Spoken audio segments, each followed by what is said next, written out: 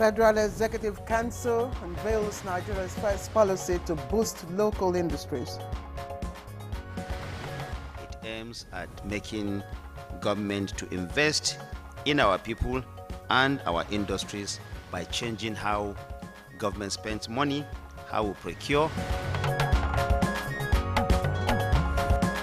Assembly resumes plenary after 5 weeks break. Mostly what people are interested is to see that the electoral laws improve beyond the normal. In 50 years of ECOWAS, young innovators take center stage at FARI 2025 in Cotonou. All the startups they are going to present in 2 minutes their projects. And on Good Morning Nigeria today, we shall discuss NECO and WAEC computer-based test CBT initiative.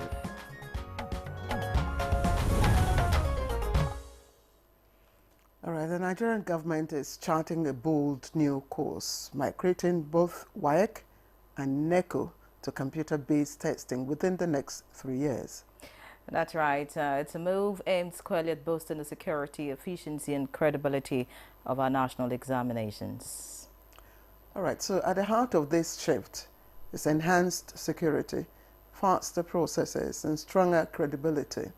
It's all about fairness and transparency for students across the country. And the government is targeting full transition soon. A committee is already in place to steer the process, tackling issues like exam leakages and even identity theft.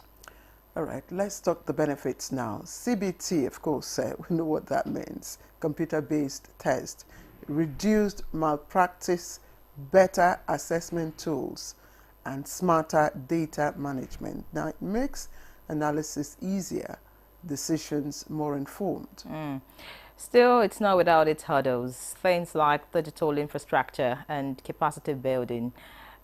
Teachers, examiners and students, of course, will need support and training to get the most out of the platform. Absolutely. But the big picture is that this CBT drive is a powerful step towards modernizing Nigeria's examination system. It's all about protecting student achievement and making sure it truly reflects students' ability. Well said, and that's where we begin today on Good Morning Nigeria, your daily window into the trends and policies shaping our education landscape. And so with the 2027 deadline on the horizon, we're breaking down what this transition would mean for students, teachers, parents, and of course the education sector as a whole. We'll explore the benefits, unpack the challenges, and get insights from experts, policymakers, and stakeholders on what it will take to get there. I'm Ray John. Thank you for joining us on Good Morning Nigeria today. I'm Claire Adilabu Abdurrazak, and we're live on the network service. The newspaper review will be coming up shortly, but first, let's get the news highlights from Tessie Mary. Hello, Tessie. Hello, Claire. Hello, Iadre. Good morning, Nigerians, and here is the morning news. The Federal Executive Council is about to launch new major policies to prioritize and grow local contents and industries. The initiative are under an umbrella policy titled Renewed Hope Nigeria First. Information and National Orientation Minister Mohammed Idris announced this as one of the outcomes of the Council's meeting on Monday. This seeks to foster a new business culture that will be bold, confident, but also very, very Nigerian. And it aims at making government to invest in our people and our industries by changing how government spends money, how we procure, and how also we build our economy. A new chairman and commissioners have been sworn in for the National Assembly Commission. The ceremony was before commencement of the meeting of the Federal Executive Council at the State House on Monday. The new chairman and commissioners took an oath of office before President Bola Tinubu, as also witnessed by President of the Senate, Godswill Akpabio.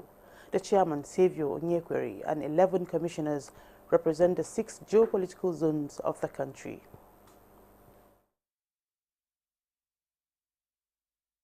We, by the grace of God, will try as much as possible to key into the renewed agenda of Mr. President of making sure that we set a very good standard in terms of public service acts. And on legislation, the National Assembly is set to reconvene for its plenary session this Tuesday, May 6, 2025, marking the end of a 5-week break. The incoming session is expected to tackle pressing national issues, potentially including security matters and legislative agendas. Because when you have good election, you also have good leadership.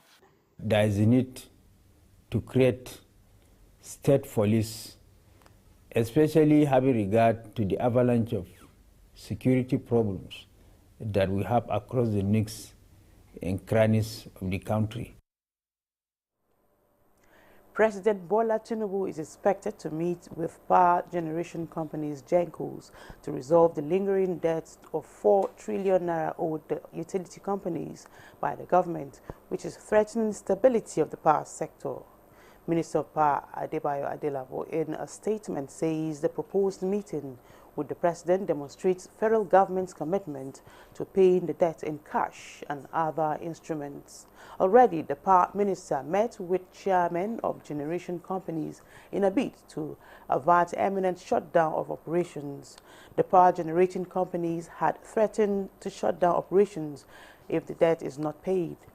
But the minister promised GenCos that government will prioritize immediate payment of a significant amount out of the 4 trillion naira, while the balance will be defrayed through other debt instruments. He assures of payment of the outstanding balance within 6 months through financial instruments such as promissory notes.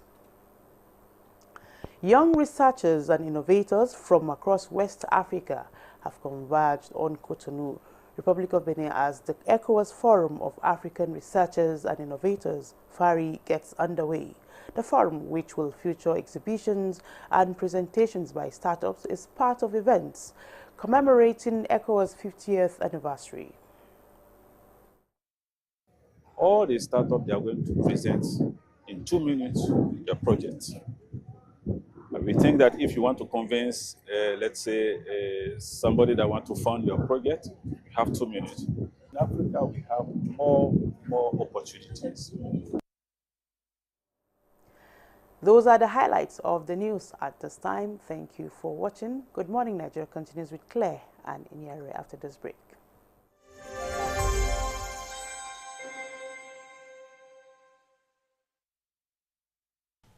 I am Oluremi Tinubu, the global and national Stop TB champion. Many people have asked why I've chosen to champion the fight against a disease like tuberculosis. My reason stems from a deep personal experience. I once had a friend who unfortunately fell ill and concealed the nature of his sickness until it was too late. Eventually, after he passed, we discovered he had tuberculosis. Sadly, due to the stigma and discrimination surrounding the disease, he would not speak up or seek for help. His death was a painful reminder that we could have intervened and saved a life if only we had known earlier. Tuberculosis is an airborne disease that primarily affects the lungs, but can also impact other parts of the body. Being airborne means anyone, regardless of their social economic status, can contract it. In Nigeria, 1 person dies of TB-related illness every 7 minutes, amounting to 206 deaths every day. Globally, 1 person succumbs to TB every 25 seconds, which is a staggering 3,456 lives lost daily. These deaths are entirely preventable because TB is curable if detected and treated early. If you or someone you know has been coughing for 2 weeks or more, coughing up blood, experiencing night sweats, or losing weight drastically, it might be TB. Please visit the nearest government hospital or primary healthcare center for proper diagnosis and treatment. TB treatment is free in all government and some private health facilities. Let us also remember not to stigmatize or discriminate against TB patients or those who have been treated for TB. Individuals who have been cured of TB cannot infect others. I call on all stakeholders, especially the private sector, to join us in the fight to end TB in Nigeria. Together, we can make a difference. Remember, TB anywhere is TB everywhere. End TB by 2030. Yes, we can.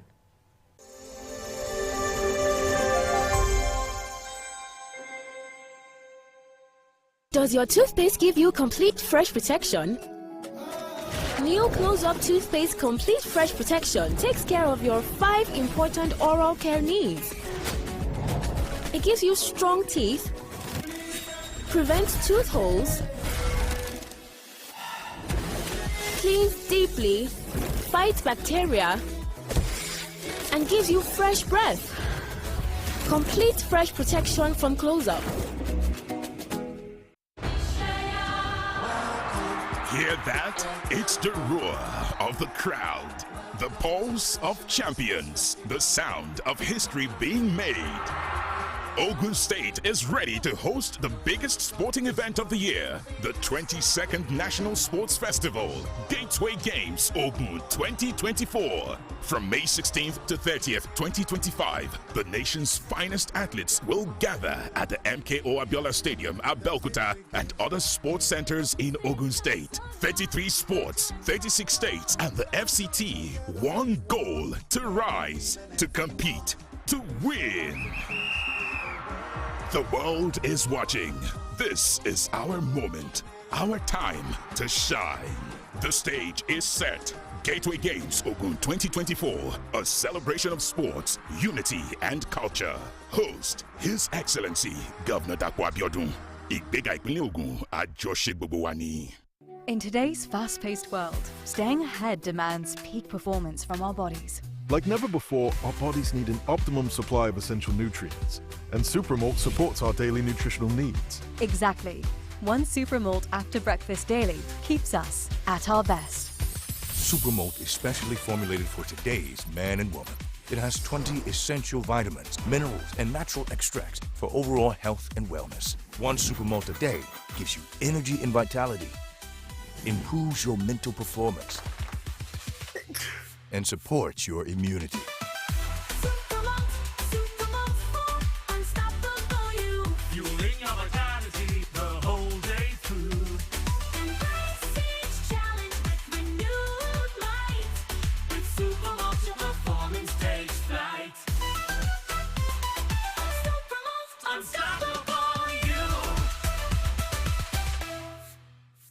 Introducing the new Jig Sachet. Whitening your whites has never been more affordable. Now you can keep whites shining brighter and disinfect by killing 99.9% of germs on your floors and other surfaces. Just jig it with Jig Sachet. Confidence is important in life's little moments. Strong teeth can help, even if they get her into trouble sometimes. A great smile is useful to break the ice, and making friends is easier when you know you have fresh breath. I give my family confidence with Pepsodent Triple Protection 123. Its antibacterial action formula gives them cavity protection, white teeth, and fresh breath. The confidence of 3 toothpaste in 1. Pepsodent Triple Protection 123. Our major currency unit is the Naira, while the minor unit is the Kobo. They are both in notes and coins. The Naira is more than just a medium of exchange. It bears the images of our heroes. So, stop abusing the Naira. It is a criminal offense to spray the Naira at events. Stop stepping on the Naira. It's not your enemy. Do not squeeze, ruffle, or write on the Naira. Handling the Naira with dirty or oily hands can deface the Naira. Love the Naira as you love yourself. Be a real Nigerian. Do not abuse the Naira. Hey Nigeria, ready to breathe cleaner air and save money? Let's talk about gas. Drive with CNG, the smart, cost-effective choice. Fill up for less and travel further. Save money, save the planet. Switch to LPG for cooking. It's cleaner, healthier, and better for environment. Say goodbye to smoke and eye problems. Do you know Nigeria is a gas nation ranked 9th globally with over 209 trillion cubic feet of gas reserve? Gas isn't just for cooking and driving. It powers industries too. Cleaner, cheaper, and more efficient. And the best part, conversion centers are popping up everywhere. It's never been easier to switch to gas. Join the cleaner energy revolution. Choose LPG for cooking and CNG for your vehicles. Clean energy for brighter future. This message is brought to you by the Office of the Honorable Minister of State for Petroleum Resources, Gas, supported by the Nigeria Midstream and Downstream Petroleum Regulatory Authority, NMDPRA. Welcome to the program. It's Good Morning Nigeria, live on the network service. Newspaper review is coming up next. Don't go away.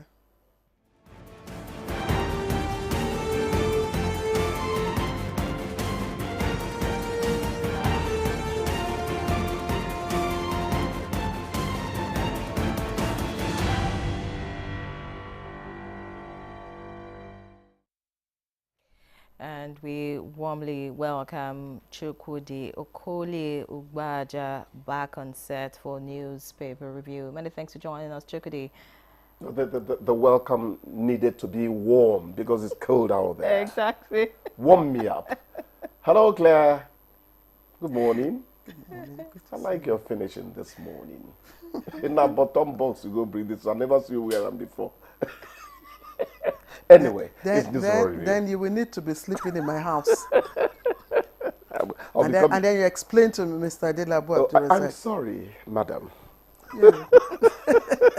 All right, let's look at the papers and look away from boxes. The Leadership newspaper here leads with killings. DHQ tackles terrorism, financing, seeks support. The writer says effective synergy will crush terrorists.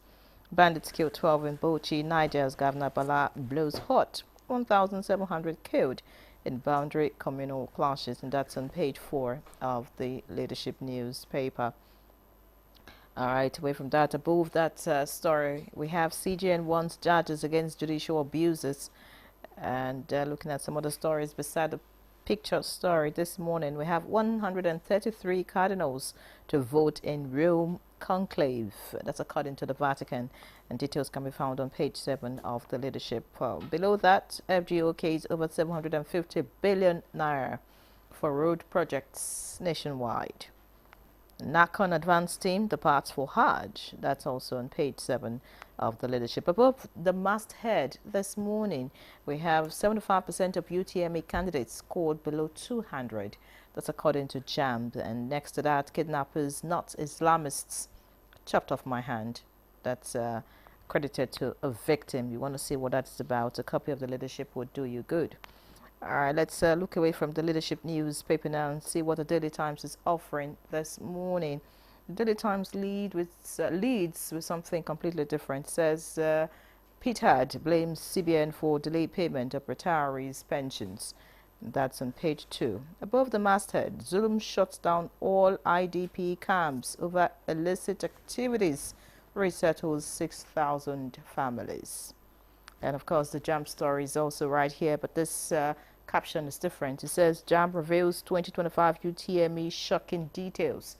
And that's on page 7 of the Daily Times. Below the picture story, we have Nigerian government plans digital exams by 2027, upgrades 38 technical colleges, and that's credited to the Minister of Education, Lausa. UK announces new premium visa application centers in Nigeria. Details on page 6. And next to that, we have Nigeria Security and Political Economy report. It's a continuation. That's also right here. Finally, in a red strip on the front page of the Daily Times this morning, we have many feared killed as bandits ambush vigilantes in Bauchi community. That's a good one, but that's on page 10 of the Daily Times. Claire? Okay, let's take a look at this. The newspaper, and the only story that Henry has not read, I believe, is the lead story for this day. Nigeria First Policy. FG bans foreign goods that can be produced locally. MDAs stopped from procuring foreign goods or services. Sorry? Okay, this Nigeria, I beg your pardon, not this day. Thank you for pointing that out. MDAs stopped from procuring foreign goods or services already available locally, and FEC says measure will promote homegrown products.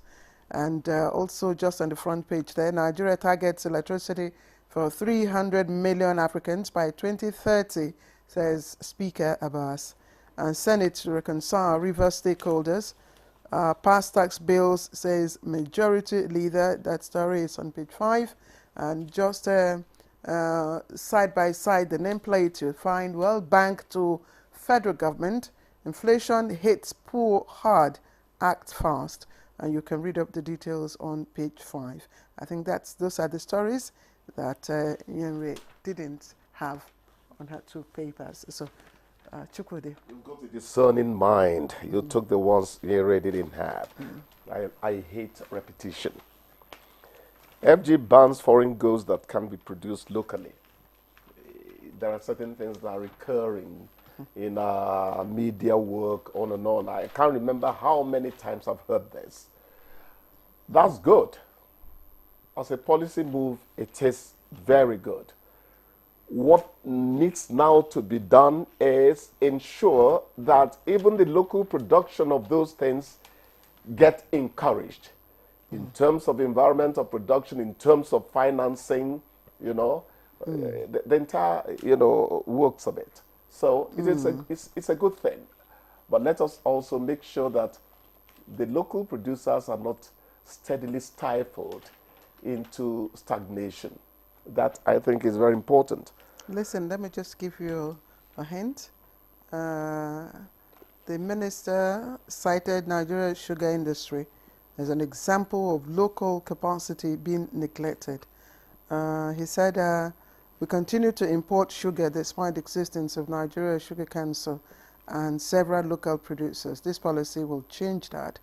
Where foreign contracts are unavoidable, they must include provisions for technology transfer, local production or capacity development in the country.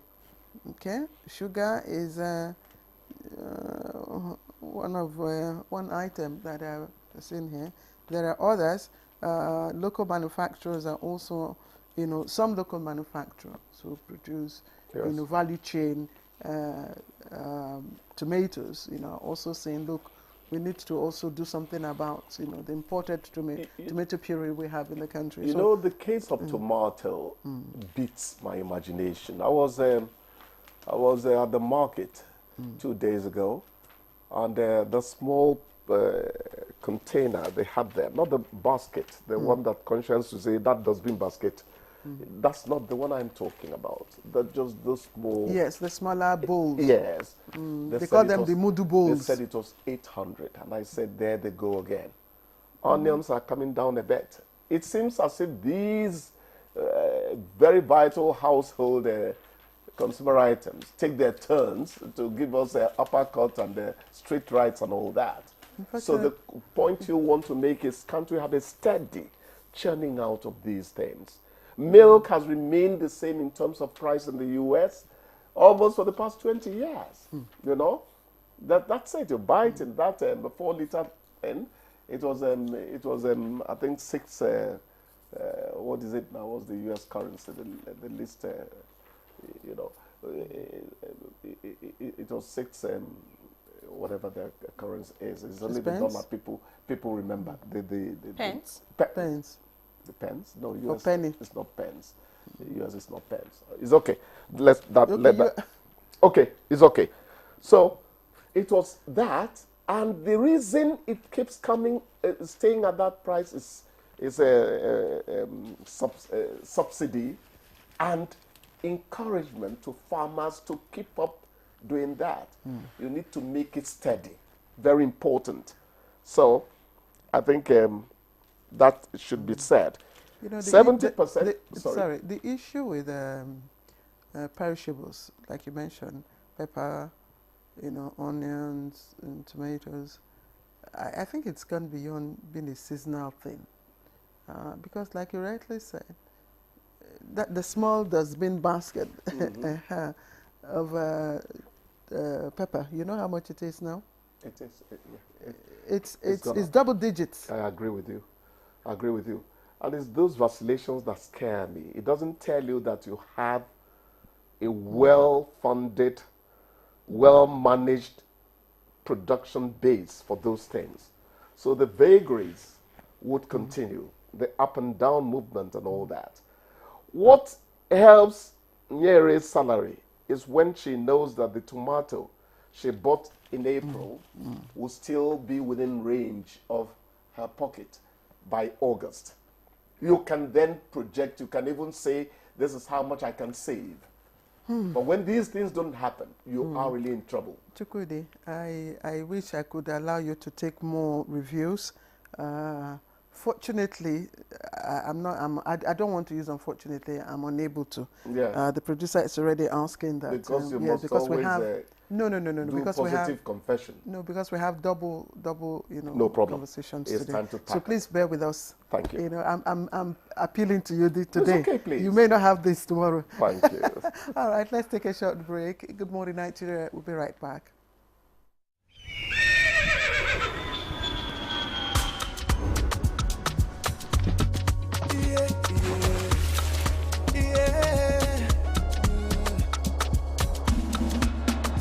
From the Atlantic across the savannah to the Sahara, we rise, a land of the free, we know they tire.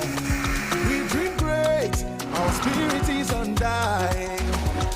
Resilient, rooted like palm tree, we swear in color, with undying demand, we make solutions, we ignite passion, yeah. Diversity is unique, we have more than the solution. We are Nigeria, strength and unity, we know they carry love. We are Nigeria, together live the dream of a land with great destiny. We are Nigeria. I am the real Nigerian. Brought to you by the National Orientation Agency, NOA. The world needs mums. With a splash of Golden Terra oil, a mom can transform a frown into a smile. Change no thanks into yes please. Resolve family feuds without blowing a whistle. Providing tasty family meals is all that matters. Where there are moms, there is love. Golden Terra oil for pure love. Confidence is important in life's little moments. Strong teeth can help, even if they get her into trouble sometimes. A great smile is useful to break the ice, and making friends is easier when you know you have fresh breath. I give my family confidence with Pepsodent Triple Protection 123. Its antibacterial action formula gives them cavity protection, white teeth, and fresh breath. The confidence of 3 toothpaste in 1. Pepsodent Triple Protection 123. Introducing the new Jig Sachet. Whitening your whites has never been more affordable. Now you can keep whites shining brighter and disinfect by killing 99.9% of germs on your floors and other surfaces. Just jig it with Jig Sachet. Hear that? It's the roar of the crowd. The pulse of champions. The sound of history being made. Ogun State is ready to host the biggest sporting event of the year, the 22nd National Sports Festival, Gateway Games Ogun 2024. From May 16th to 30th, 2025, the nation's finest athletes will gather at the MKO Abiola Stadium, Abeokuta, and other sports centers in Ogun State. 33 sports, 36 states, and the FCT. One goal: to rise, to compete, to win. The world is watching. This is our moment, our time to shine. The stage is set. Gateway Games Ogun 2024, a celebration of sports, unity, and culture. Host, His Excellency Governor Dapo Abiodun. Ìgbéga ìpínlẹ̀ Ògùn, àjọṣe gbogbo wa ni.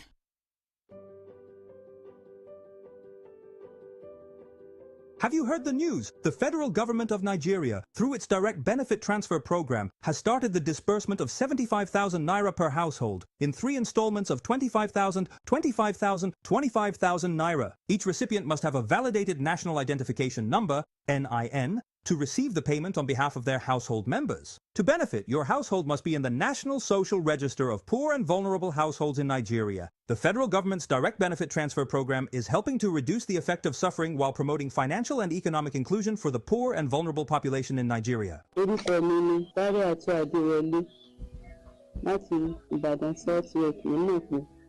fún wa ní 75,000. NIN mi àti káàdì láti lọ gbà. Nígbà tí mo sì gbà, mo fi ṣe nǹkan tó dáa, mo ra oògùn nínú rẹ̀. Mo ra oúnjẹ tí màá jẹ nínú rẹ̀. Mo sì wọkọ̀ mi náà ń bẹ. A sì fi yòókù ṣe ọ̀rọ̀ ajé pé ká tó máa rí gbé bá. A dúpẹ́ lọ́wọ́ ìjọba wa òkè. This message is brought to you by the Federal Ministry of Information and National Orientation, Federal Ministry of Humanitarian Affairs and Poverty Reduction, in collaboration with the National Social Investment Programs Agency, National Social Safety Nets Coordinating Office, and the National Cash Transfer Office. The Nigeria Coat of Arms is the official seal that represents the authority of the Federal Republic of Nigeria, hung on the wall behind the seat of the principal officer of the government, supported by the portrait of the serving president of the Federal Republic of Nigeria. It has 7 features. The black shield stands for Good Earth of Nigeria. The silver wavy band stands for the confluence of rivers Niger and Benue. The 2 white horses stands for dignity. The yellow flora is a common wildflower throughout Nigeria. The red eagle stands for strength. The wreath is in our national colors of green, white, green. The motto, unity and faith, peace and progress, is written on a beautiful yellow ribbon, and it's a maxim for all Nigerians. Be a real Nigerian. The counsel of our fathers. My advice to these young people is please do not take us back to those harrowing days. You probably do not know what it is. Nigerian youths, let's build our nation together.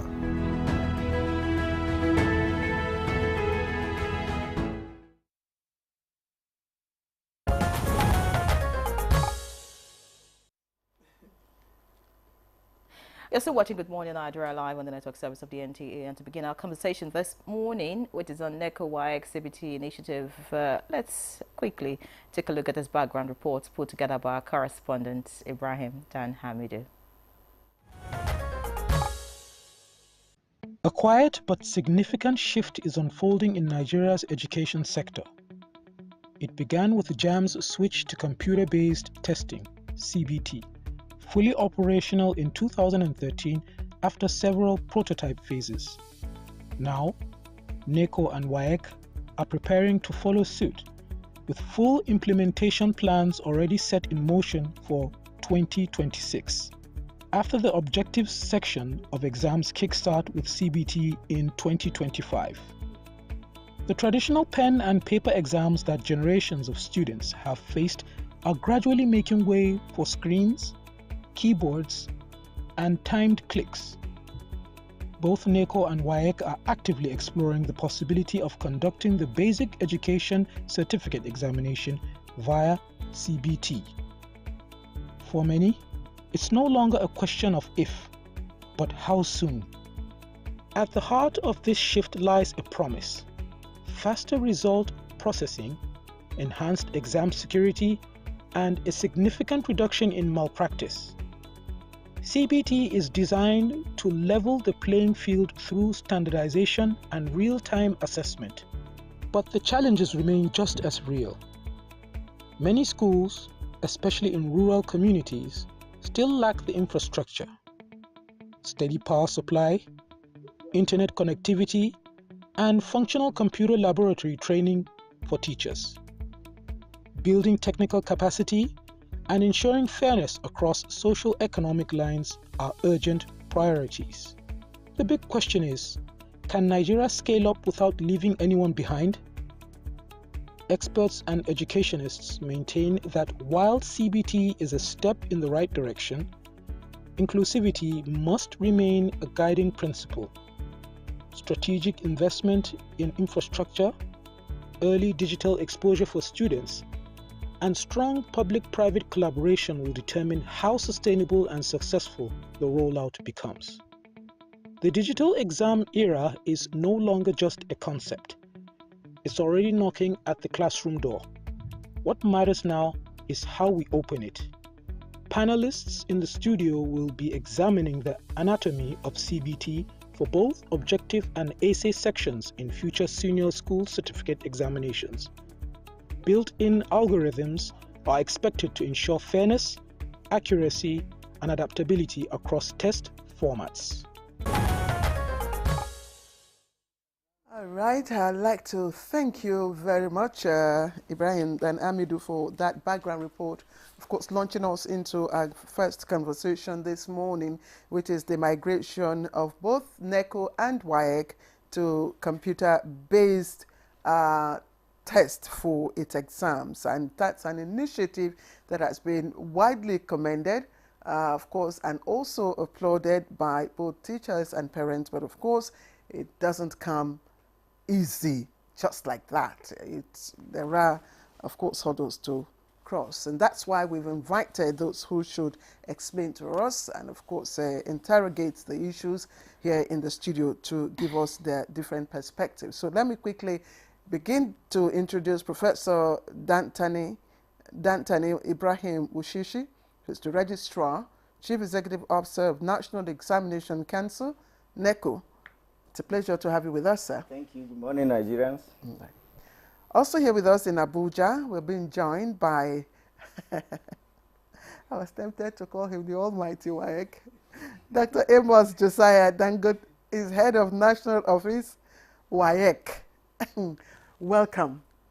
Thank you. Please don't mark very my much. English. I feel good to be here. Good morning. Thank you. Thank you. All right. Also joining us for the conversation right here in the studio is Haniel Hamisu Jafaru. He's a cybersecurity and AI expert, also the convener, Tech Symposium Africa, Executive Director, HTC Academy. Many thanks for joining us. Thank you so much for having me. Get him. All right. You want me to set exams for the exam body?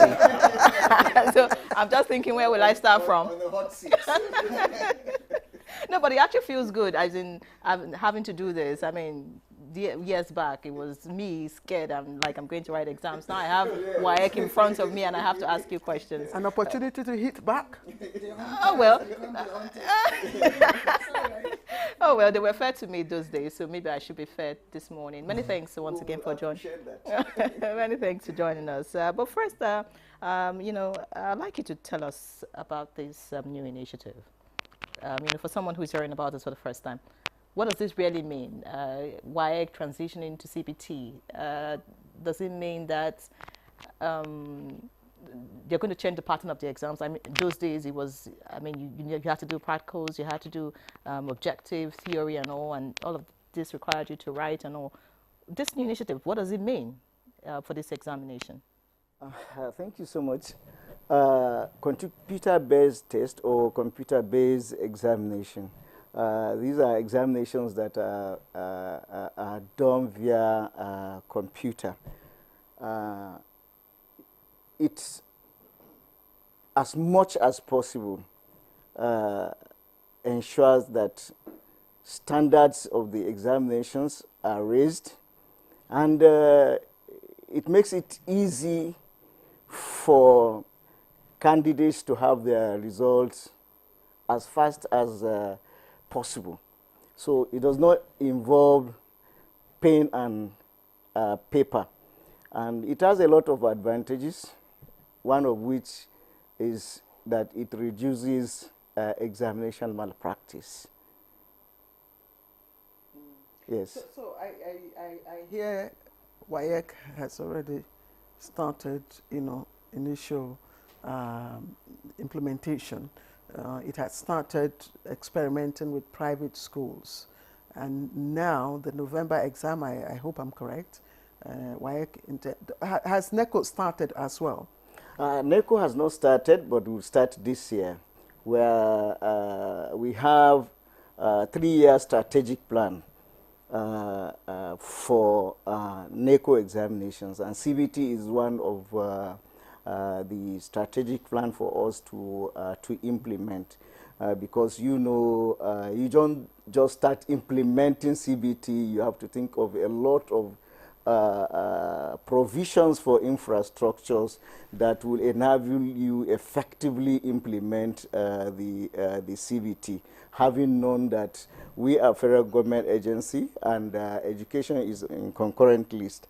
The states have also some roles to play. So as an examination body, there are certain solutions that will enable us to efficiently and effectively administer CBT or CBE, which we must make provisions for, which at our own end, we are doing our best to make sure that we make such provisions and ready to implement the CBT. Like what are the provisions? Because JAM is already latching onto available CBT infrastructure.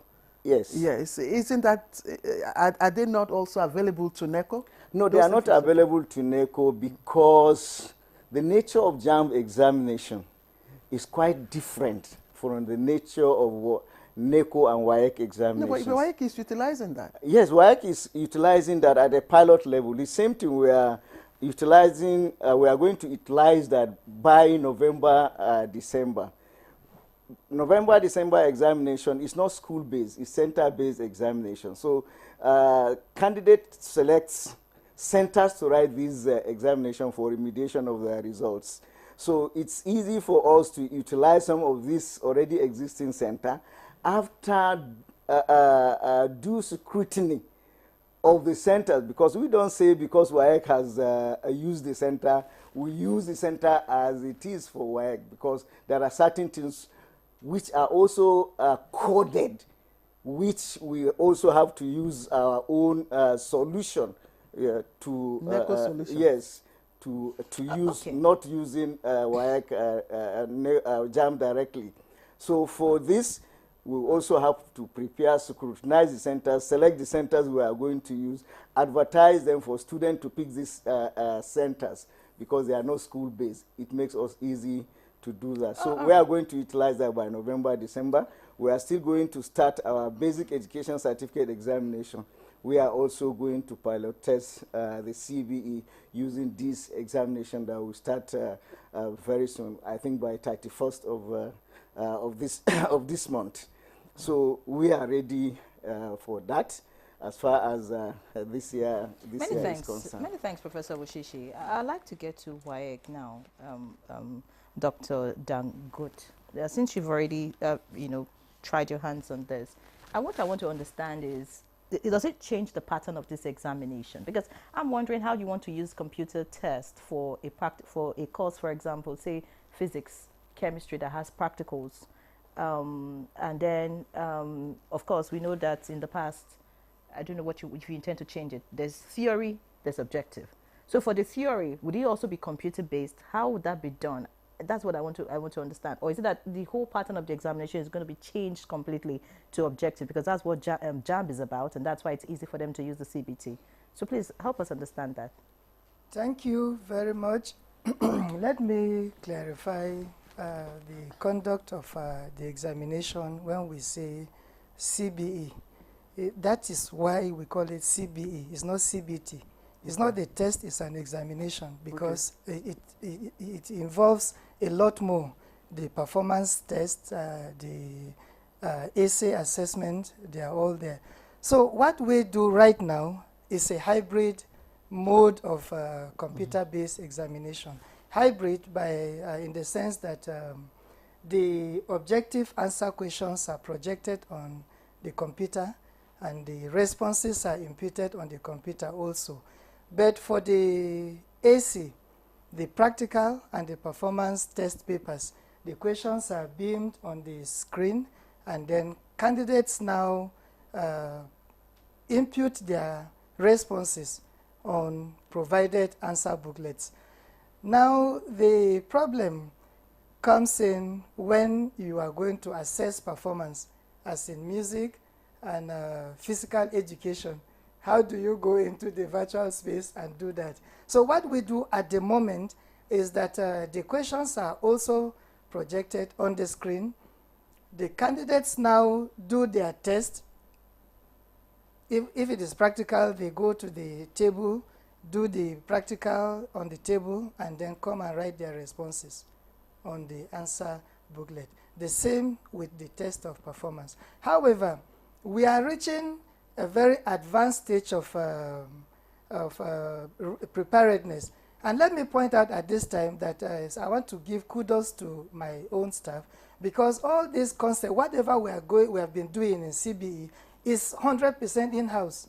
So that is something I salute the staff of the West African Examinations Council. So what we are looking at in the very near future is a situation whereby the candidates' responses for the AC particularly are made on tablets, such that the responses are captured as images and recorded automatically, and we also mark it on screen, because right now we have the e-marker project. We mark some scripts on the screen. And I also want to let us know, to our joy and the anticipation of the public, that the assessment, the essay assessment, will in the future also be done computer-based. AI is going to be deployed in marking of essay, and I hear people being too skeptical, too afraid of that. But having seen what is in it, it's the right way to go because of the obvious advantages that will go into that. I hope I have given you. I have two questions to ask you on the issue of hybrid. Okay. Hybrid. First, that's CBT and pen and paper simultaneously. Yeah. In terms of time, usually, within which students receive the results, is that not going to be impacted? And then, would it not attract increased costs to WAEC, since, of course, the logistics for both, methods are quite different? You see, when you are talking of PAP, that's what I refer to, pen and paper. Mm-hmm.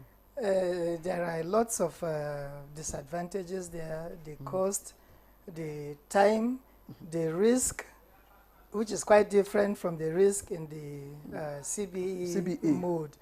But you will also find that, yes, the CBE has some challenges, has some things associated to it, but by and large, it is still the better way to go. Now, we have conducted some examinations purely on the CBE mode, the private candidate examination in January 2024 and January 2025. We also did in the private candidate second series in November and December. Now, what is peculiar about that of the November-December is that we allowed candidates to choose. Those that want to sit the computer-based examination, they sat for it. Those that were not ready for that, they sat for the pen and paper examination. So we had them going at the same time in November, December 2024. Okay. Many thanks, Dr. Dangote. I'd like to get to Haniel now. Listening to all of this, it's looking fantastic, beautiful. But I'm thinking, are we ready for this? Because, WAEC and ECO are completely different from JAMB. JAMB, just 50 questions, 3-4 courses. That's an average of 200 questions and all. And, you're done with your paper one day, So if you have to write JAMB one day, you're done with all the exams. But for WAEC and ECO, you have to write like 7 courses, 8, thereabouts. Subjects, different subjects. And then we know that registration for WAEC is more WAEC and NECO is more. I mean, the average student, whether in the village or whatever, just want to have your WAEC certificate, unlike JAM. Not everybody wants to progress. And again, we know the challenges with JAM, so not everybody is, you know, enrolling at the same time. But for WAEC, it's quite huge. Do you think that all of this, you know, would, I don't know, do you think it's possible? Possibility, yes, it is. I think it's possible.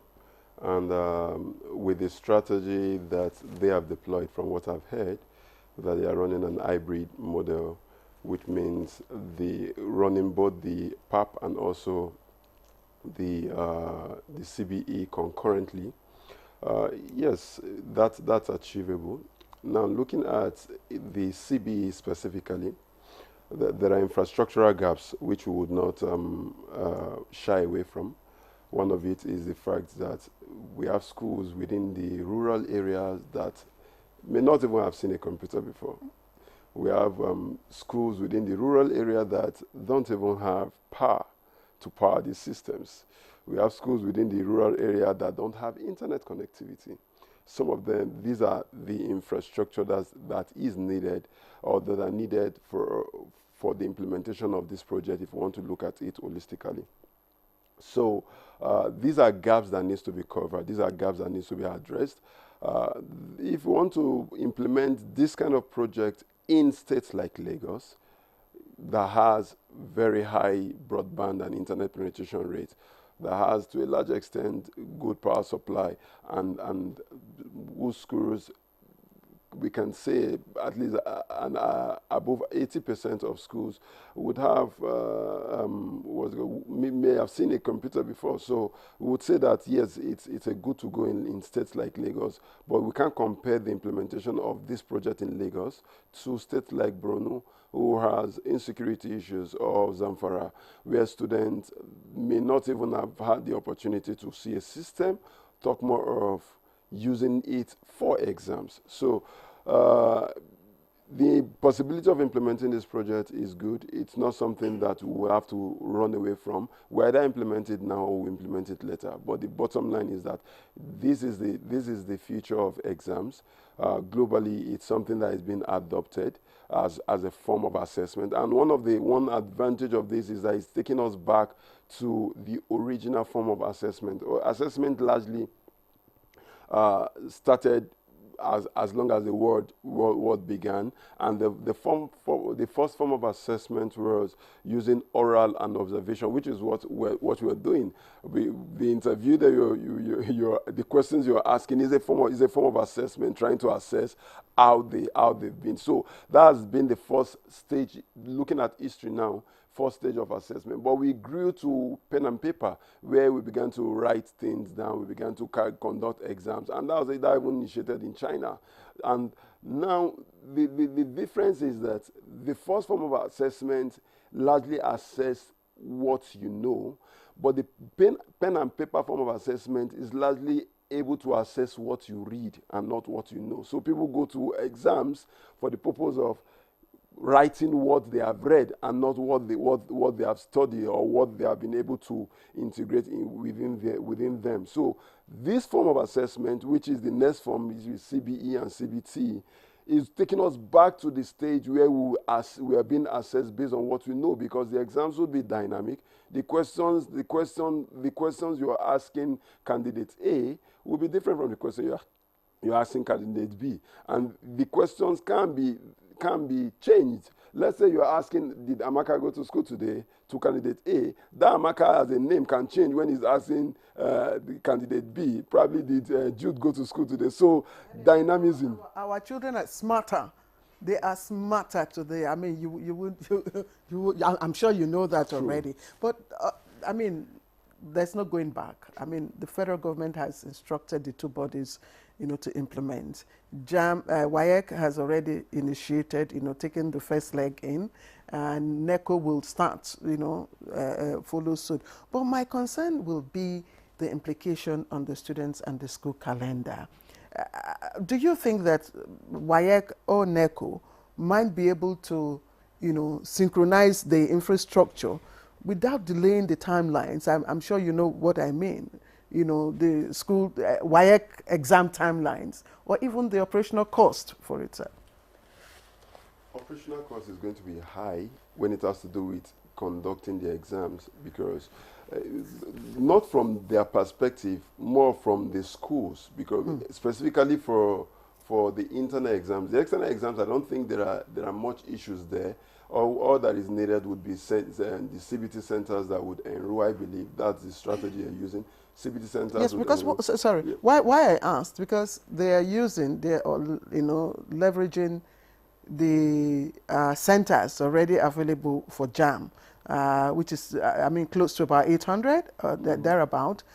WAEC is administering twice the number of candidates, so the infrastructure required will be large. Yeah, it's also an opportunity for business to strive, because it invariably means that it's an opportunity for entrepreneurs to look at that as a problem and begin to look at how to solve that problems. So we should begin to encourage more entrepreneurs to go into the area of CBT, and that's happening globally, and that's one. Secondly, there are also international-based CBT centers that are already local. We can also adopt some of them, but particularly I'm more concerned about the internal exams, because the internal exams, like I said, a whole lot of schools have not been able to. They may not even have the finance to be able to fund the infrastructure needed for them to conduct exams. That is CBE based. It will require them having to get a whole lot of computers, because it's not going to be the responsibility of WAEC or NICO to get the computers for them. So how many computers are you getting? Are you acquiring? From when I graduated, then we were over 300 that sat for internal exams. So does it not mean that you would need that numbers of computer systems, and getting a computer system that would be able to do the kind of work that these exams required, it's going to be quite expensive. So what about the expense on the students and parents? Because of course they will have to pay as usual for WAEC fees, and you and I know what the talk about fees, meeting up these fees is at the moment. Now, with added, computer facilities and all that, what's the burden? What do you think the burden will be like? Is it something that will be manageable, or is it something that is sustainable? Okay, so for internal exams, I think it's something that is sustainable. They are in the school, they are within the school premises, they go to school every day, so they really don't need to pay that. The expense may just be in the cost of registering for the exams. But remember, it's center-based, not school-based. Yeah, I'm talking, that's what I say, for the internal exams. Yeah. Because the internal exams, the centers, the schools becomes the center. Is that what it is? There is a shift in that sense, such that we are planning, all the examining bodies are planning to shift from school-based exam to center-based exam. But let me point out that in this ongoing school candidate examination, for WAEC exam, some schools are running the computer-based exam right now. It's just a selected number of schools. But from next year, all the objectives, all will be online. And so what is in place is that the schools that have the facilities will sit the exam in their schools, while those that do not have will be pulled to common centers. Have you factored those who live in rural areas in all of this plan? Because yes, I'm that thinking, is the federal government's directive. I'm just asking a question. Right. If you have to move, if say someone in my village where there's no computer-based test, and then you have to move to another village or maybe move to the city, right, to go write these exams. Have you factored, issues of logistics for these students, accommodation? I mean, it's not a one-day exam. All right, so you may be writing maths today and English tomorrow. Are you going to be moving, all of this? I mean, how do you think this would encourage people to continue to go to school? I mean, for those in the rural areas, because how would they bear the cost? Being able to move from where they are to where they have to write these exams, accommodation, I mean, all the different issues that they will have to deal with in that new place where they have to write these exams because of the CBT center. Okay, by way of information, we believe that CBE will cut the duration of the examination. So it's expected that it will not last about the 8 weeks that we normally take. So if it goes for approximately half the period, that is one aspect. Then secondly, the government is looking into how to mitigate these issues, these challenges that you have raised about bringing the candidates to a common center, because there has to be a mapping of schools within some geographical areas for ease of assessment. I'm sure it will take care of the logistics, the cost, and whatsoever is there. Don't forget that the system already operates, because these students that take the JAMB exam, which you mentioned, they come from all over the nooks and crannies of Nigeria. So, but like I said, the government is also looking into that direction, and so we are working together with the government to overcome this challenge of students from. All right, let's bring Prof into our conversation. What's it for you? Are you also experimenting with hybrid? And if so, I'm just wondering how, running through different assessment formats would impact on the students' experience and, of course, invariably their performance. Yes, because the nature of our examinations... Because some students will probably prefer one to the other, and then you have the issue of inequality to deal with. Yeah, it's true. The nature of our examinations, NECO and WAEC, is virtually the same, which is different from JAM. So the approach we are taking, there is no much so you're also applying the hybrid system? Of course, we are applying the hybrid system, having known the nature of the Nigerian environment. He has just enumerated some challenges of power, some challenges of provision of infrastructure in rural areas, internet provision in rural areas. And it's not even about internet issue. We can conduct examinations even where there is no internet. We can do that. But the fact is, of course, having known the nature of our society, in the north, for example, there are difficult terrains. In the southeast, there are also difficult terrains. In the south-south and the southwest, there are all difficult terrains where some of these challenges, exist. And that is why it requires strategic planning. And that is why the federal government too is into this, looking at some of these challenges where federal government will come in and where also state government will also come in. And it is an issue that, for example, the internal examination, which is school-based, and the federal government is looking at the possibility of making it center-based. Education is in concurrent list. The states also have to also key in, because if they also needed to provide infrastructure for public schools, for example. And if there is going to be implementation of the policy on the basis of center, states also have to be involved and agree on the policy and map out the mode upon which such things will be done, and the stages of implementation of this, because it cannot be done holistically at the same time. For example, we have close to 26,000 centers, and I think WAEC also have the same thing throughout the nation. So you look at provision of IT infrastructures in 26,000 centers, for example. It is going to be massive. There is going to be massive deployment of infrastructure, which will involve massive spending of funds. So it's going to be a stage-by-stage implementation. What would all of this cost the student? That's what I want to know. Is the cost, does it remain constant, Or does it? I mean, The is cost it will not be much. is it marginal increase?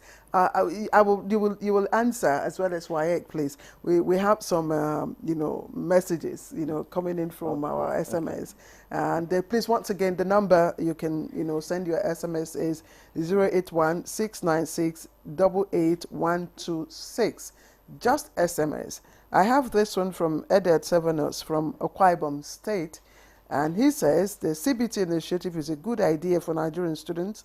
His question is, what about rural areas that have no internet connectivity? And most of those rural schools have over 250 to 300 candidates. Precisely the same question that Henry asked earlier on. So who's taking it? Let me take the issue of cost, for example. I don't think there is going to be increase in the cost of registration for the examination on the side of candidates and parents. Okay. I think the inbuilt into the NECO registration forms, and we are even envisaging that with time, when the implementation stabilizes, the cost will reduce, because once provision of infrastructures have been made, there are only technical issues to address. And this will reduce the cost of production of question papers, will reduce the cost of production of answer script, will reduce the cost of some other logistics that has to do with vehicles, purchase vehicles maintenance, and other non-sensitive examination materials that goes with SPAP. So by the time the system stabilizes, there will be reduced costs. Hopefully. There will be reduced costs. So we envisage that with time, when there is stability, the cost of the registration will also equally reduce. If it reduces costs, what happens to your examiners? It looks like you're going to lay some off. Since this is going to be... of course, examiners that are not IT compliant, that will not have the capacity or the ability to mark on screen or tablet, will not be deployed, or will not be their services will not be required for this. Those that are analog can only mark on pen and paper. Once it is phased out, only those that are IT compliant will be able to participate in. Okay, with this CBE, I'm just thinking, would it affect the curriculum in any way? CBE, it should affect the curriculum, because you will need a form of computer literacy. Although many studies have been carried out, including one I conducted, I believe, from also the part of the country you come from, shows that there is computer literacy skills. But you still need to be training and retraining the young ones as they come up. So it should be there, because I understand that there are some agitations from other quotas to remove courses from the curriculum, courses like computer science, computer studies. See if the emphasis should be de-emphasized on these ones. So you see, if we are going into this, it means that we should strengthen it rather than de-emphasize the study of computer science and computer studies, data sciences in the secondary curriculum. Okay. So now, if these are just this will lead to adjustments in curriculum, who takes care of retraining the teachers? Because I mean, the teachers just need to be up to speed with all of this new development. So what happens if they don't? I mean, if they don't have the required skills to pass on to the students, what happens in all of this development? You see, when we talk of training, it comes in very many forms and from all stakeholders. The schools can do that, the government can do that, the examining bodies can do that. WAEC on its own, we have very many sessions and times where we train people. For example, the computer-based examination we are running in some schools, like I told you, we have trained supervisors. We have also trained, and we keep training them to do e-marking. So like the JAM, NECO registrar said, people who are not ready to imbibe computer or the computer ideals, they will have no place in the emerging scenario. So the way out is for all stakeholders to to offer seminars, workshops to upskill teachers. And it also means that the teachers and other stakeholders at that level should also have an open mind and be ready to accept, because some of these are my age mates in the school system. They are scary of the computer. So but the Teachers Council of Nigeria, really, it's doing a lot to sensitize, teachers. And I think being computer literate is one of the requirements now for even upgrades. So, but again, there are issues here and there that you will probably need to address as we go along the way. I don't think everybody that is sending their SMS is applauding the initiative, but of course mentioning some hurdles that will need to be addressed. I have another one from Ahmad. Ahmad, you have not told us where you are sending your message from. Please, if you're sending in your SMS, let us know where you're watching Good Morning Nigeria from. That will do us a whole lot of, give us the pride that we are serving you. Ahmad says, which date are we going to start our own NECO exam? That's for Prof. Dates? Yes. NECO exams? Yes. Which of the NECO exams? We have he said NECO CBE exams. CBE exams. We, just like I explained, we will start pilot testing this year with our basic examination certificate exams. And by November, December, we will embark on CBE using the private November, December. All right, Haniel, thank you very much, Waik. I'd like to get to Haniel. I asked a question. Sorry, NECO, I mixed that up. I'd like to get to you, Haniel. Earlier I asked if this would encourage people to go to school. There's a reason for that. I'm thinking that for those in disadvantaged communities, where they don't have enough teachers to start with, the facilities for teaching at the moment inadequate. Now we're upgrading to, computer skills and all. I'm just saying that, for those communities, would this encourage them really? Okay, imagine this pilot phase starts, say, next year, for example, or this year, and someone from the village goes to the city to go write these exams and doesn't find it easy and doesn't do well, and returns back to the village to tell his story of how, they brought one machine in front of him, he doesn't know where to click, and the result was poor. And would this encourage other people who are in that community to want to venture into this? Wouldn't they just think, oh, well, this is an elite thing? For those in the city and for those of us here, maybe we should just continue with farm work. How does this, help those in disadvantaged communities? Okay, so that they're in disadvantaged community doesn't mean that they don't have access to smartphones. Most of all these people in rural area, they have access to smartphones. So they are already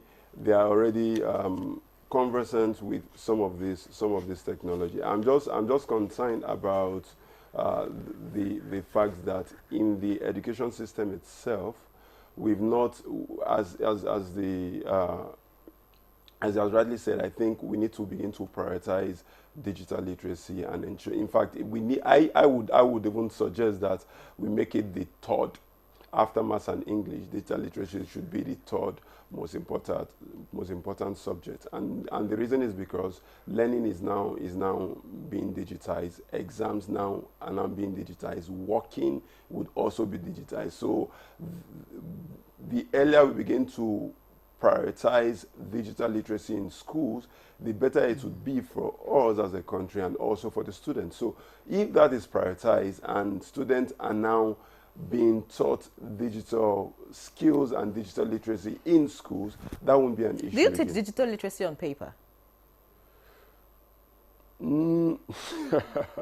Okay, so when it has to do with digital literacy, I don't think that it should be on paper. I think we should do digital literacy with a system. It would just mean that we would need to empower the teachers with that knowledge so that they can in turn transfer that knowledge to the students, and also ensure that the infrastructural gap is closed, because if we integrate that subject in schools and we prioritize it, and the students don't have, the teachers don't have the infrastructure to teach the students, or the environment is not enabling for them to be able to teach the students, it would be as though that we are going back to, we are not advancing. And more importantly, we should also take note of the fact that globally, exams, we've not advanced to the stage whereby we eliminate paper exams.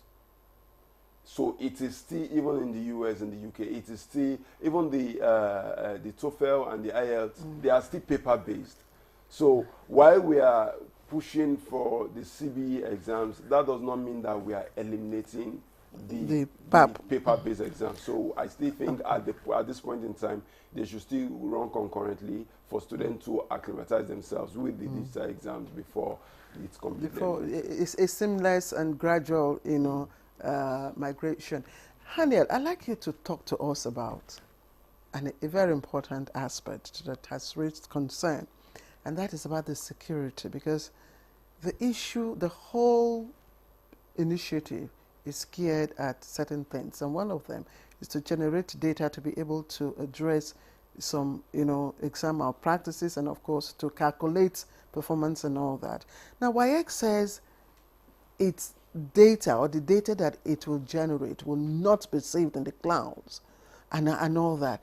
I mean, talk to us about that, and then how prone, how safe, if eventually that NECO WAEC, you know, begins to save its data, you know, out there in the clouds, and of course it's exposed to the you know, hackers and all the proud.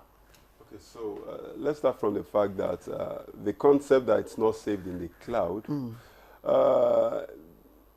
Now, there is what's called private cloud and there is public cloud. Okay. So the public cloud is the one that has that connection to internet, and the public can have access to. Then there is a private cloud. So as long as it is stored in a digital device, it is in the cyberspace, and it being in the cyberspace, we can't eliminate the possibility of intrusion or threat from it. So we can't shy away from that truth. It's a very necessary aspect that needs to be discussed. So the security aspect.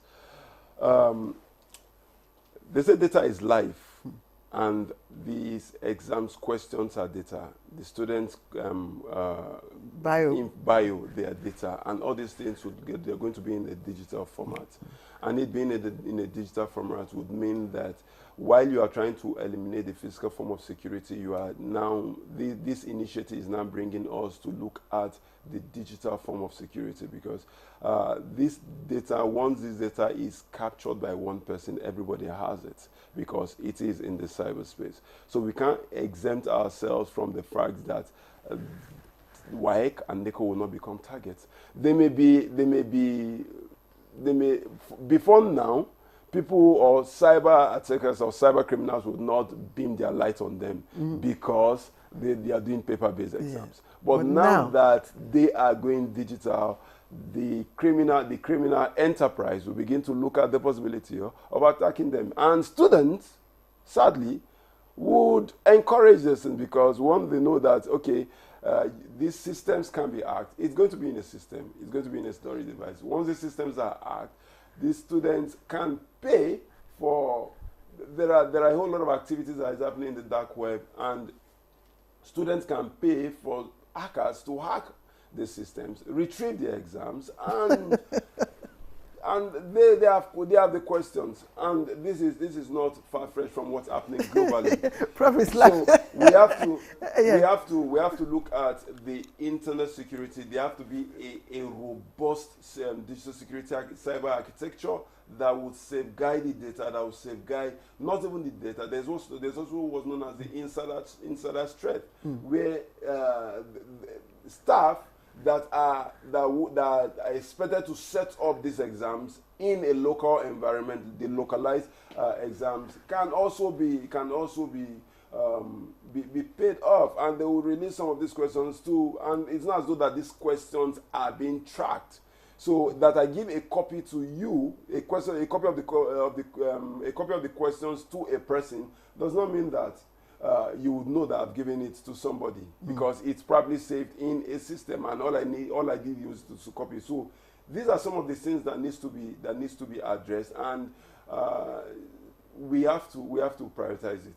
All right, many thanks. I'm sure that Dr. and Prof would respond to some of the comments that you have made, but let's quickly look at the messages. Let me just make an introduction and allow him to take over from where I stopped. Basically, we, the examination body, our data are classified security-wise, sensitive and non-sensitive data. And for the sensitive data, there are also classification of this data and how to handle them before examination, during examination, after examination. Why do you still have exam leaks, paper leaks?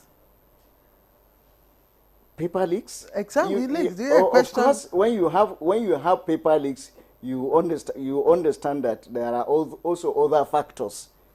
There are also other environmental factors which examination bodies are also doing their best to make sure that all these are minimized. We know we are aware of phishing site, for example. Majority of the phishing sites, as they operate now, you find that they post their question papers some minutes or some hours after the examination because they do not have access to it. And we are prosecuting them. We are going after them. Okay. That is that. And during examination, there are ways and manners we handle our examination data. We're using so many different types of IT equipment that will not give access to the public for even hackers to try. Okay, I hope so. But let's quickly take your response before we read out the SMS messages. Thank you very much. I want us to note that examination malpractice is a crime in Nigeria today, and there is a good law procedure for those who infringe on it. So what we have done, we have collaborated, even in this ongoing examination, with the relevant security agencies. We have a mechanism that will also trace the source of people that are trying to infiltrate our system. But most importantly, like the registrar said, our system, our space is secured. I'm not going to elaborate much here because those listening, you know, they say the thief will always be looking for how to beat the system. But you will never find our questions online. You will never. They are not on the computer. Hey, sorry, gentlemen. Just hold on, please. Let's quickly read out this. Please, you will get your slot to speak. We've got SMS messages coming. This one is from Gloria from Abakaleke. She says, CBT initiative for both WAEC and NECO is a welcome development. At least it will help to reduce exam malpractice. The students are no longer serious with their studies. But in doing this, she says, both teachers and students need to be trained. That's Gloria from Abakaleke. I have Sadiq. Once again, we are setting the cart before the horse. How many government-owned schools have a desktop? Not to talk about electricity. Please, I will suggest we face reality and do on-the-ground assessment and not work from the office for assignment. Let's not kill education. That's Sadiq. Quickly, I have two more before Henry takes us. The CBE is a noble idea. Let us embrace it. Though there will be challenges, but it can't be overcome. Olalemi Mowe from Ogun State. And the last one, again, is from Pastor Victor, also from this is from Ondo State. He says, this initiative of NECO WAEC CBE is good. Please note, it's not CBT, it's CBE. It's good, but should be well planned before implementation, because Nigeria is not just a state, but a big country. All right, just in case you want to send in your comments and questions, the number remains 0816-968-8126. Small messages I have here. This one says, good morning. I am Abbas Abubakar Saad from Jalingo, Taraba State. The NECO-WAEC CBE initiative is a welcome development as it will ensure exams run smoothly. However, my concern is that there are insufficient teachers with adequate computer skills to effectively conduct CBE exams in some schools. What steps will be taken to address this issue? The next one says, my advice is that transformation to CBE should be gradual. We can't commence implementation in all parts of the country at the same time. It requires huge investment in infrastructure, which we don't have now and may not have in a year or two. Good idea, though. That's coming from Abdul Fattah from Lagos. This one says, WAEC is not exclusive to Nigeria. Are other West African countries involved in CBE? At what level of compliance are they, if they are? That's coming from John, all the way from Lekki in Lagos. And just take one more so we can get your responses. This one says, I am Gilbert Oyama from Abuja. This is a wonderful initiative. The world is moving digital and Nigeria can't be an exception. I would suggest computer be made compulsory to pass as English and mathematics. This is the way forward to get it done as fast as possible. Thank you.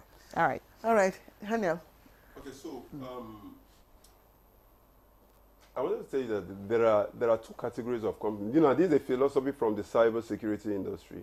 There are two categories of companies or organizations.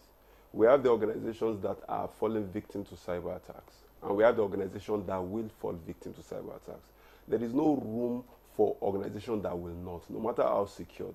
The WAEC and NECO and exams body cannot be as secured as Microsoft. They can't be as secured as all the social media platforms. They can't even be as secured as Apple, that is considered to be the most secured tech company globally. But these organizations fall victim to cyber attack daily.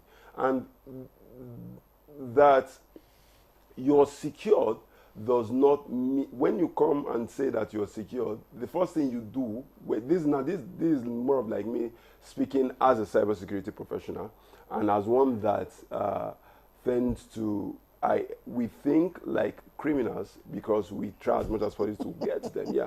So when you say the word, you should be arrested. When this minute. That's how police do. That's how they catch criminals. They have to think like them. Yes. That's, if you want to catch a criminal, you have to think like a criminal. So when you use the word that I am secure, what you do is that you try as much as you bring a whole lot of criminals to begin to look at your infrastructure to see how secured you are, because there are programs that are happening globally. One of it is bug bouncing program, and that program helps in ensuring that people intentionally attack system just to see how vulnerable you are. So, yes, you're doing your best to be secured, but nobody is secured, not even cybersecurity professionals. But away from all this, technical, hacking that you're talking about, I'm thinking that, the fact that these exams will be written in batches, looking at the number and the infrastructure available.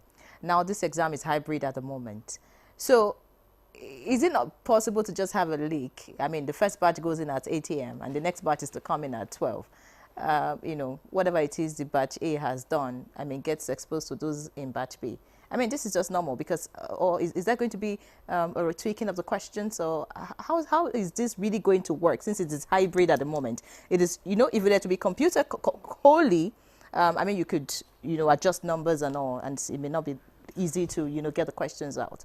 But you're still going to have to write on paper. So if there's a composition on your parents or a composition on your school in your exam, and you just get out and tell the next batch and that's it. So how do you want to solve all of these problems just so that the exams are as credible as possible? Yes, thank you very much for this aspect.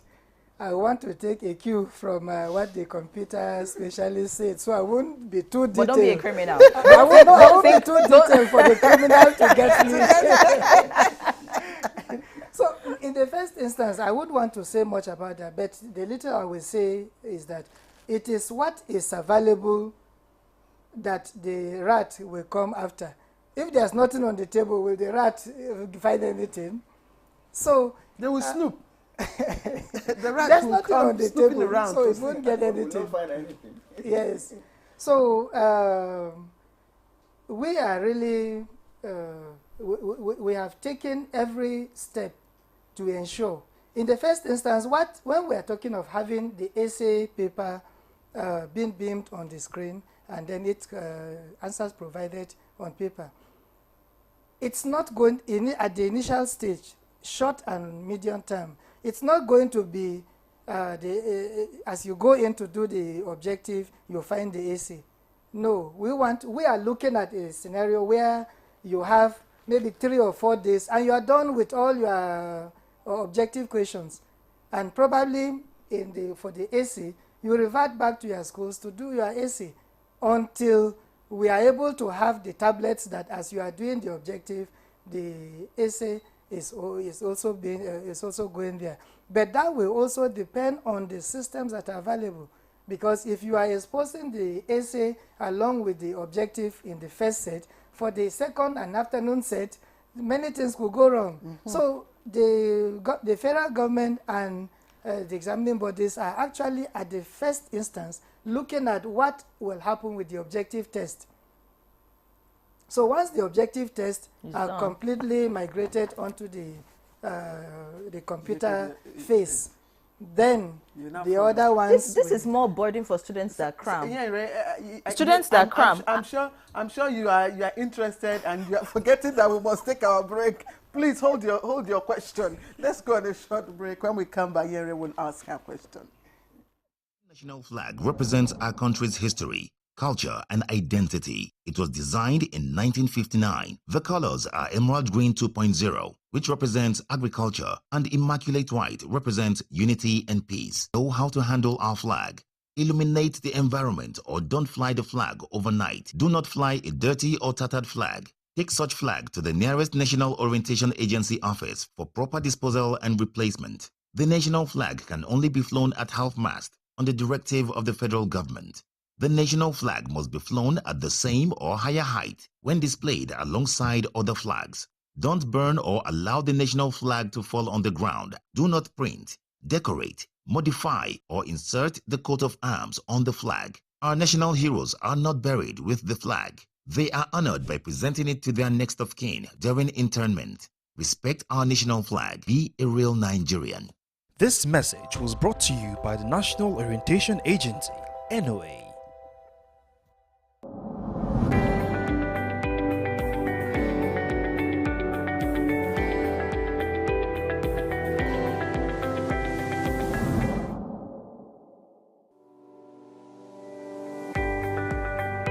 The business environment, to be honest with you, has been extremely hard on most Nigerian women's businesses, and of course harsh for a number of reasons. There is no way you would increase or move a subsidy and increase the price of fuel that it doesn't have the counter effect. It has been very challenging for so many women. I know that a lot of them have cried in one way or the other to us to find ways of intervening. But that is not to say that it is all doom and gloom. We will still have a few percentage of women that are thriving in this economy, but we hope that we'll be able to get a larger percentage. One of the things I've seen with even our local purchases now is that people are buying more made in Nigerian options of food, of clothing, and so on and so forth than the imported. So that again is helping some of our industries thrive. Surprisingly, the telecommunications is still doing well, and the reason is very simple. A lot of people are going for online options of skills in terms of training, communications, even remote working. And so you will see that people that provide services around those areas also thrive. But I think at the end of the day, it's about partnerships, collaboration, and influencing power from especially the private sector and even the public sector. But we really need the public sector to drive a number of things, especially policies, because the public sector has the national spread above even whatever we can do in our own small way. What has happened over the years is that even the government, for example, is being pulled from different angles by all these stakeholders. We need to harness ourselves to have strategic focus areas, and we should all be moving in the same direction, not using a competitive approach, but a collaborative approach. Secondly, in collaboration, we need to move with large clusters of decision makers. Instead of, the process of reaching out to individuals is painstakingly long and it takes time. And so we need to engage these stakeholders on a larger platform. I think it's very important to identify where you can get help in your own little way. And one of the things I've realized is that when you operate in silo, it is difficult for you to lift yourself out of the situation. Identify ways you can do what you are doing in a simpler way. And if what you are doing is no more profitable, why not find out what can you do in the meantime that will help you? You need to think outside the box and then connect. What you can do is also identify people and become a cluster to provide a service that ordinarily you cannot do alone.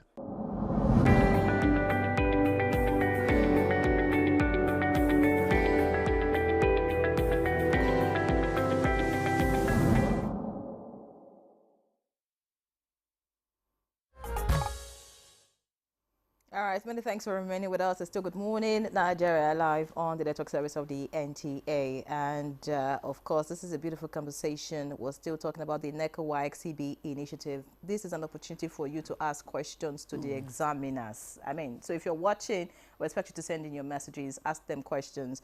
This opportunity may not present itself again, by the way. So looking at some of the messages that we've got, I would like to go through some of them. And I would like to begin with the one that hits closer home. This one is very close to my village. It says, CB is a good idea, but they should also consider those in rural areas.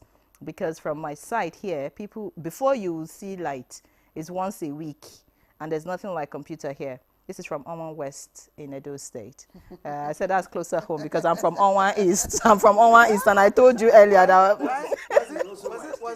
Was it coincident that it had to come to you? I don't know. Anyway. Well, this other one here says, the two systems should run concurrently for the sake of those in rural areas who have no access to the new format. That's coming from Teddy Adams from Lagos. And we have this one that says, how can practicals in sciences be carried out in this CBE exams pattern?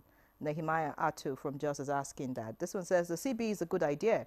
The malpractice is too much, and this will help cut down on examination malpractice. This is long overdue. It will naturally have its teething period. Well done. Coming from Ndidi from Abuja. Are you done? Okay, well, some of the questions, have already been answered.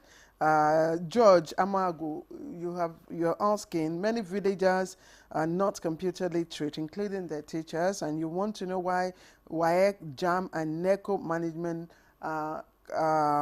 can't provide paper exam for such students. They've already explained. For now, it's going to be hybrid. There'll be PAP, which is pen and paper exam, as well as the computer-based examinations. I hope I'm correct. Yes. Now, Peter Moses from Gwagwalada, that's Federal Capital Territory, said, my question is, what happens to chemistry practical that you carry out in the lab? Are you going to the lab with the computer to report your results, or go back to the CBE center? Don't you think there'll be malpractice in the process? Again, Nyenre had asked. I know you, Prof. and Doctor, you've also provided answers to that question, but maybe again, for emphasis, you would like to do that very succinctly. But the last one is from Theophilus from Port Harcourt. And he says, I think it would be best to first provide a system that works in every school. Schools don't even have computers yet, and you are talking about CBE.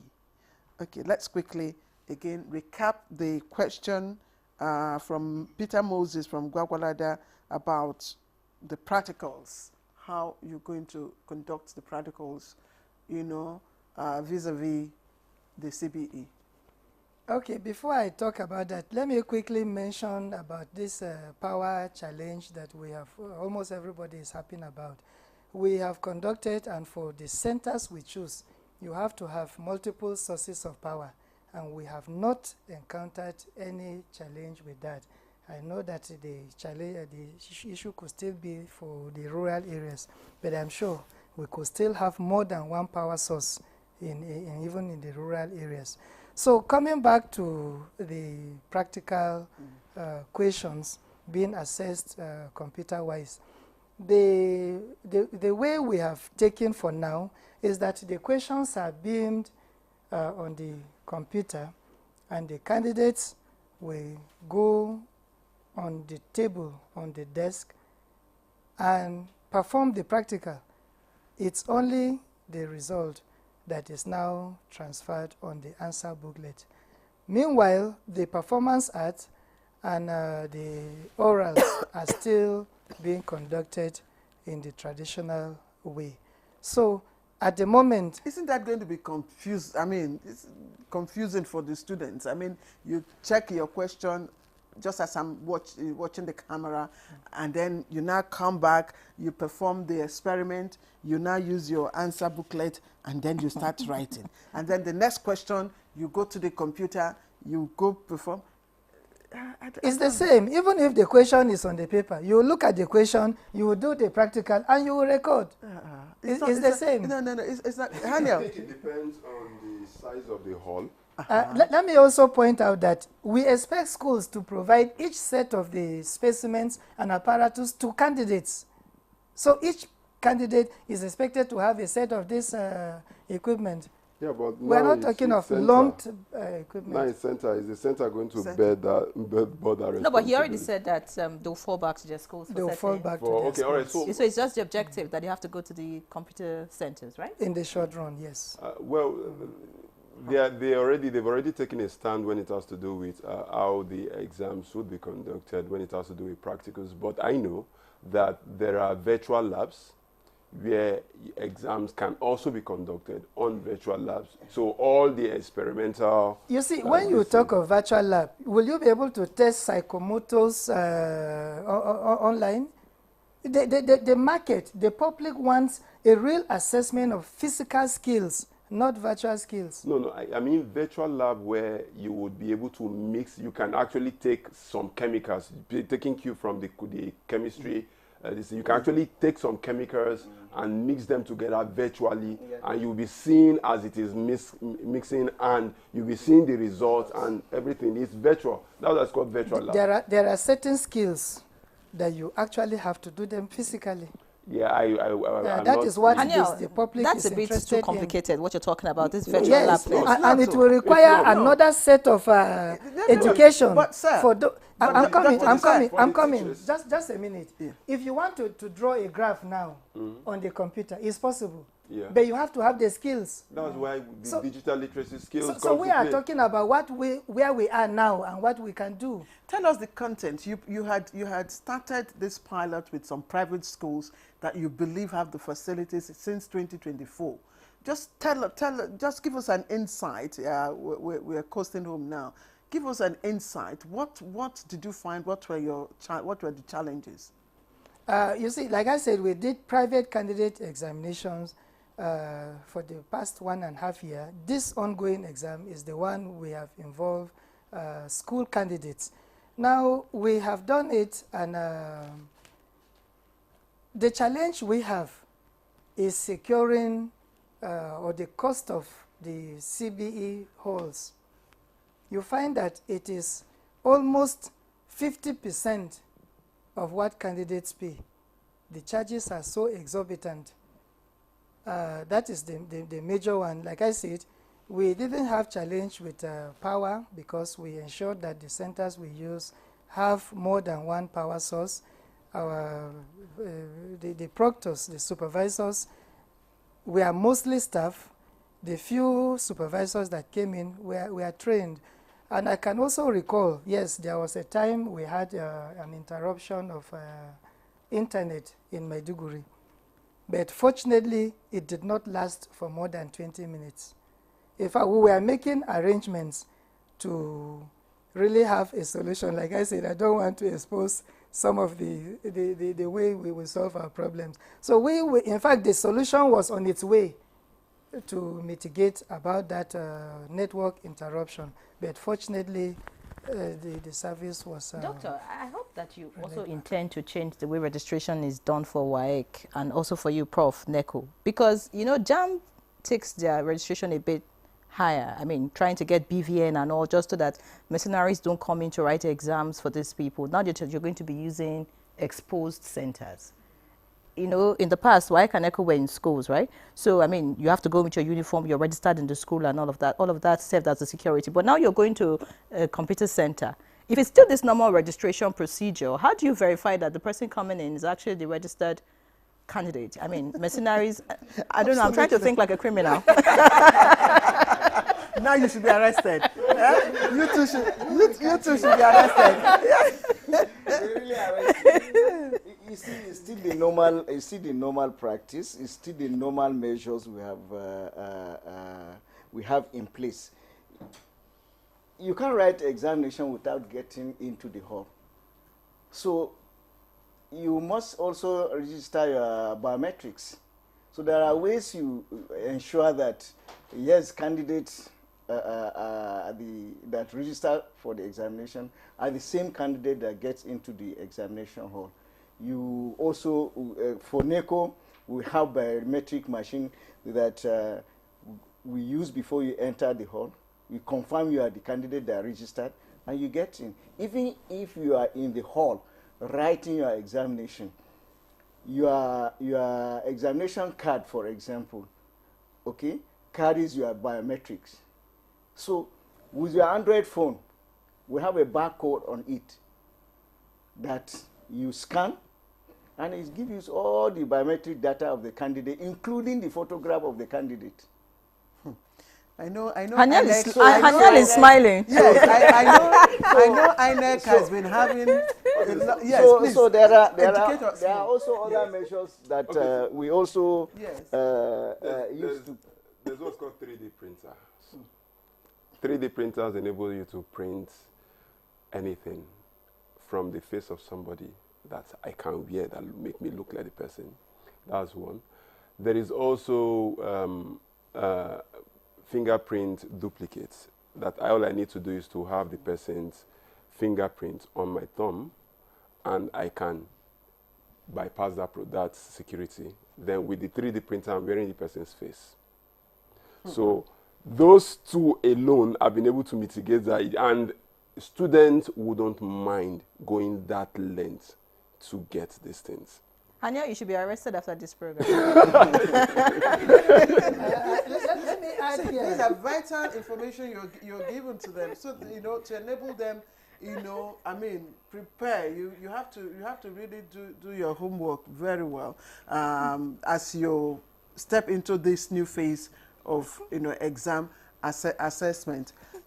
But again, I'm just wondering, in terms of objective, the reason why we are migrating. Exam malpractice, it's not, of course, just cheating on the paper.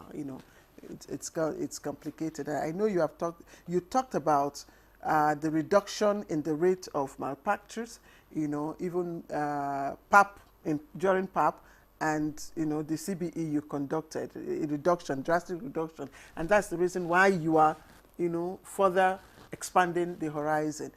But Haniel, does the data generated from just a minute or a very small population, will it justify the reason why they are now expanding the horizon for CBE? Well, when it has to do with CBE, for me, I'm 100% in support, and the reason is because I'm more of a futuristic person than living in the past. The world is going digital, so that it is just one that the numbers of the data that they have been able to generate is just from few persons really doesn't mean that we should not advance. That is progress. That we are going that route, it means that we are advancing and we are progressing. So why the data is important, and moreover, the data,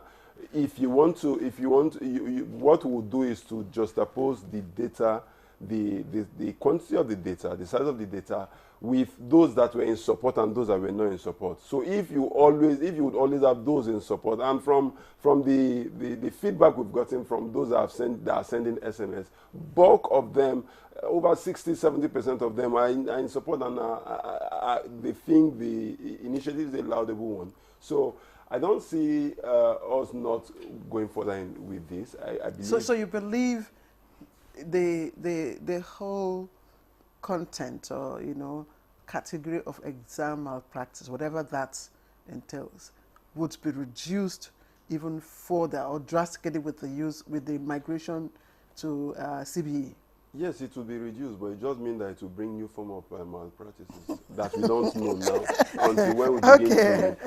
Yeah, so, it will be reduced, but that's a fact. Everything that has an advantage comes with its own disadvantages. So all you need to do is to maximize the advantages that come with that solution and minimize the disadvantages that come with it.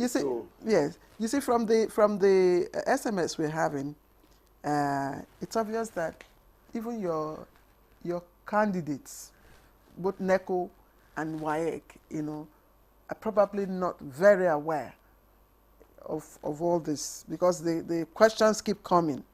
Amotewa Adewale from Kitukukpa local government in Ondo State says, how are we going to go about easy essay writing? Also map reading aspects in geography, because I understand the computer will be on countdown time. You see, so I actually want to talk about the map thing because I know that for geography there's this extra sheet that comes with the whole map that you have to, all of that. But I have another question here. This one says, what about drawing in biology in CBE? How can that be done? Nehemiah Atu from Jos says this. This one says CBE is a good initiative as it will reduce exam malpractices, expose students to the use of computer and reduce the cost of printing. Honorable Aderunke Aro from Kogi State. All right. Let me add something that we have not seen. It enhances learning and assessment. The computer-based exams that we did, all of them had superior performances than the PAP. That's another plus that we must see. And that's because you use the schools, private schools who already have these facilities, and the children were already exposed to such things. For private candidates, it's an all-commerce affair, both from private and public schools. Those who didn't even go through formal schools. Fine. What's the awareness? Let's quickly talk about the awareness. Among schools, among students about this migration. What are you doing to sensitize them? Well, thank God this is one form of the sensitization. And we have held workshops, seminars with schools through their representatives, the principals and teachers. We have educated them. We have taken them through some aspects of the digitization we are onto, including what we call, well, let me not take us into that aspect because another innovation. So we are doing a lot of sensitization in the schools with parents, and we use the media, both digital and the analog media. Okay, let's the same thing. We have offices across the states and zones. And we have state coordinators in every state. So for NECO, almost every state of the Federation, we've held a sensitization of stakeholders about the migration to CBT in the last 2 months. And a last word from you. We have done that to some extent. Okay, so I just want to reiterate on the need for both WAEC and NECO to prioritize digital skills. And the reason is because all the questions that have been asked, how are we going to do the geography mapping, are you going to, all these things are integrated into digital literacy. So once you've been able to attend to English, maths, digital literacy should be the next most important subject that we should prioritize in ensuring that our students are able to get. And once they're able to get this, all these questions won't arise because all the knowledge are already embedded inside that skill. Fantastic. But I'll ask you again, digital literacy cannot be taught on paper. All right. So let's appreciate our guests. Many thanks very much, for joining us. We appreciate you, Professor Dantani Ibrahim Wushishi, Registrar, Chief Executive Officer, National Examination Council. It was a pleasure to have you. It's a pleasure. And good that I had to ask you questions today. Dr. Amos Zosiah Dangut, Head of National Office, WAEC. Thank you so much for being our guest. Thank you for having me. And of course, Haniel Jafaru, ICT expert, and of course, an expert who thinks like a criminal. Many thanks for joining us. We appreciate it. It only means he knows his job and he does his job well. Very well. All right, that's Good Morning Nigeria for this Tuesday. We thank you for joining us, and I hope you have found our conversation today worth your while. I am Claire Adilabu Abdulrazak. And I'm Yan Ray John, live locked on the NTA. Have a great day.